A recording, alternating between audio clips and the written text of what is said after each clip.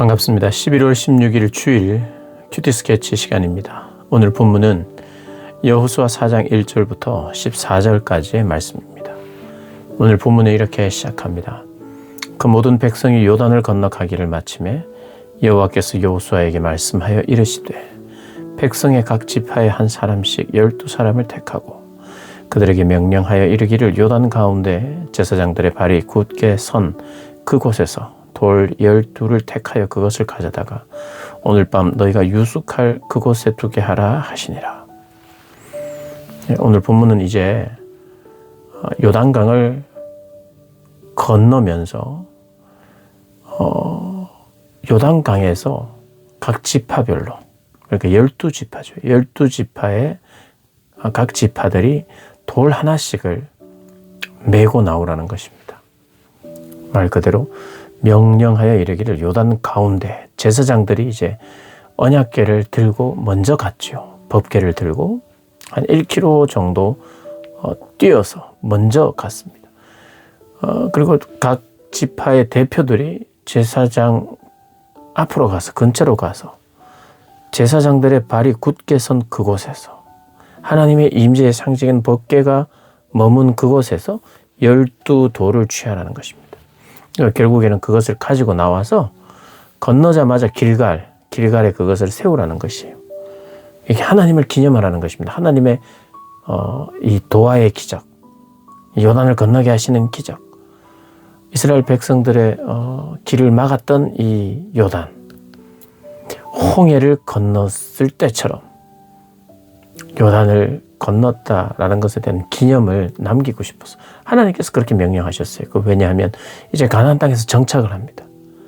멀리 떠나지 않아요. 요단강은 항상 그들 앞에 있습니다. 그리고 그 요단강 앞에 길갈에 12돌이 딱 세워져 있을 때 자녀들이 묻는다는 것이 전 과연 뭡니까? 부모님에게 물으면 그 부모들이 이야기를 하는 거예요. 후일에 그들이 물으면 이야기하라는 거예요. 하나님께서 이 요단을 건너게 하셨고 이 돌들은 그 중앙에서 우리가 메고 나온 거야. 그래서 12이야. 이런 걸 이제 이야기하라는 거죠. 그래서 우리가 여기에 살고 있어. 우리가 지금 안식을 얻고 있는 거지. 우리가 구원을 얻은 거지. 이런 이야기를 하라는 것입니다. 계속해서 기억하게 하기 위하여 표징, 기념비는 기억하게 하기 위한 거죠. 누구를 기억합니까? 하나님을 기억하는 거예요. 하나님이 하신 일을 기억하는 겁니다. 우리에게 행하신 그 일. 그것이 계속해서 이어져야 돼요. 그것이 신앙의 내용이에요. 그래서 우리는 신앙의 내용 없이는 신앙생활을 못합니다.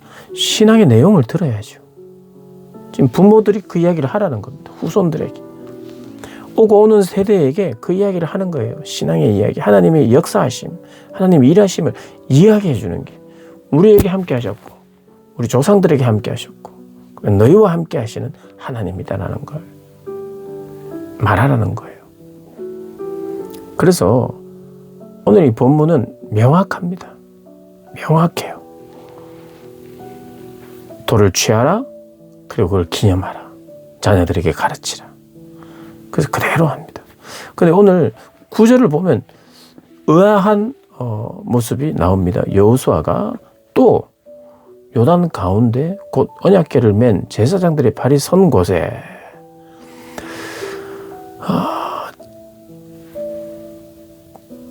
5절에 보면 요단 가운데로 들어간 너희 하나님 여호와의 궤 앞으로 가서 궤 앞.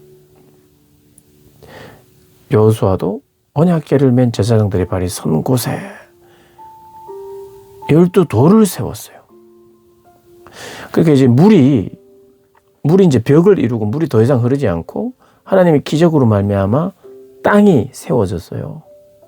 마른 땅이 됐죠. 그러니까 이 마른 땅에다가도 돌을 여호수아가 스스로 하나님의 명령을 했다는 이야기는 없습니다. 근데 여호수아가 또 12돌을 거기에다 세웠어요. 강 속에. 그러나 잠시는 말라 있었던, 도하가 다 끝날 때까지는 말라 있었던 그 땅에 돌을 세웁니다. 그리고 오늘날까지 거기 있다. 그 시대를 말하는 거죠. 세우고 나서 어떻게 됩니까? 물은 그대로 흘러요. 그러면 이게 넘어질 수도 있고, 세웠다고 하니까. 아주 조그마한 조약돌이는 아닌 것 같아요. 조약돌이 요만한 걸 세웠다고는 표현 안 하니까요. 적어도 어느 정도 메고 갈 정도로는 그렇게 크지 않다 할지라도. 왜냐하면 이건 여호수아가 하는 거니까. 어느 정도 세울 수 있을 만큼. 근데 이제 그 물이 다 흐르면 흘러갈 수도 있고, 넘어질 수도 있고, 그리고 일부러 누군가가 이스라엘 백성들이 잠수해서 그곳을 찾아올 리도 없고, 여호수아가 그곳에 다시 잠수해서 그걸 보러 올 리도 없는데 그것을 했어요. 그래서 우리가 이것은 이렇게 생각할 수 있는 것이죠. 여호수아의 개인적인 하나님을 향한 신앙의 고백이구나. 하나님 앞에 열두를 그 강 속에도 자기가 세우면서 하나님, 이 강을 여신 분은 하나님이십니다 라는 그의 개인적인 고백을 남기고 싶었다고 우리가 이해할 수 있고요. 이게 어떻게 잘못 보면 미신적인 그런 행동일 수도 있어요. 아무도 안 보이는 곳에. 그리고 성경 전체에 이런 종류의 어떤 표징은 없거든요. 본인 스스로. 그래서 이것을 좀 해석하기가 어렵습니다. 그러니까 성경을 보다 보면 우리가 이해하기 어렵고 해석하기 힘든 부분이 있어요. 그러면 이해하고 해석하기 힘든 부분까지만 이해해야 돼요. 더 넘어가면 좀 복잡해집니다. 어려워져요. 이것은 하나님의 명령인지 아닌지는 잘 모르겠다. 그리고 여호수아가 이게 정확하게 어떤 의미인지는 모르겠다. 그러나 추측 정도 할 수 있는 거죠. 돌을 갖고 나갔고, 그 자리에 있는 법궤가 서 있는 곳에서 돌을 가져 나갔고, 그리고 법궤가 서서 멈춰 있던 그곳에서 여호수아가 12돌을 또 세웠고, 어떤 의미가 그런 식으로 연결이 되겠구나, 이렇게 우리가 추측할 수 있는 거죠. 그 정도까지만입니다. 그러나 성경 여기서 강조하는 바는 뭐냐 하면 교육이에요. 교육. 기념이에요. 누구에게? 자녀들에게. 그래서 어떤 사람들은 비평학에서는 이 본문을요, 구절을 삽입으로 봅니다. 이것을 설명하기 위하여 이 돌이 12돌이 길갈에 세워진 이 12돌이 사실은 여호수아가 지명해서 그들이 여호수아가 12를 선택해서 12를 세웠다 그러는데, 결국에는 여호수아가 지명한 돌을 가지고 가서 세웠다, 이런 식으로 구절을 후대의 편집으로 이렇게 보면서 이걸 해석하는 경우도 있어요. 근데 그것은 바람직하지 못해요. 그리고 중요한 것은 설사 그것이 어느 정도 일리가 있다 하더라도 성경에 사람들이 임의적으로, 그래서 그 원본에는, 지금은 원본이 없습니다. 원본에는 없는 내용을 사본에는 더 설명을 잘하기 위해서 여호수아가 따로 강 속에 세우는 게 이게 말이 되냐?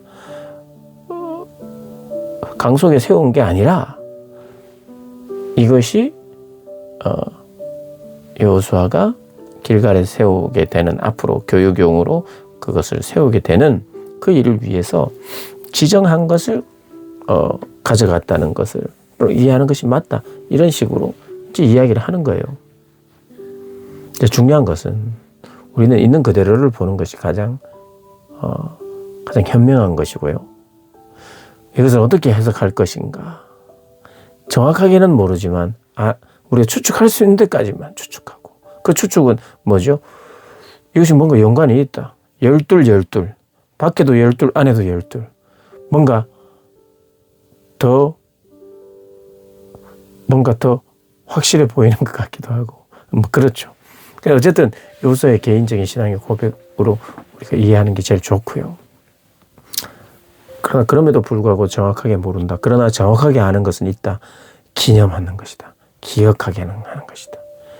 우리의 기억 속에, 우리의 자녀들의 기억 속에 하나님이 건너게 하셨다는 그 신앙을 늘 되뇌이고 기억하게 하기 위하여 이 일을 시키신 것이다.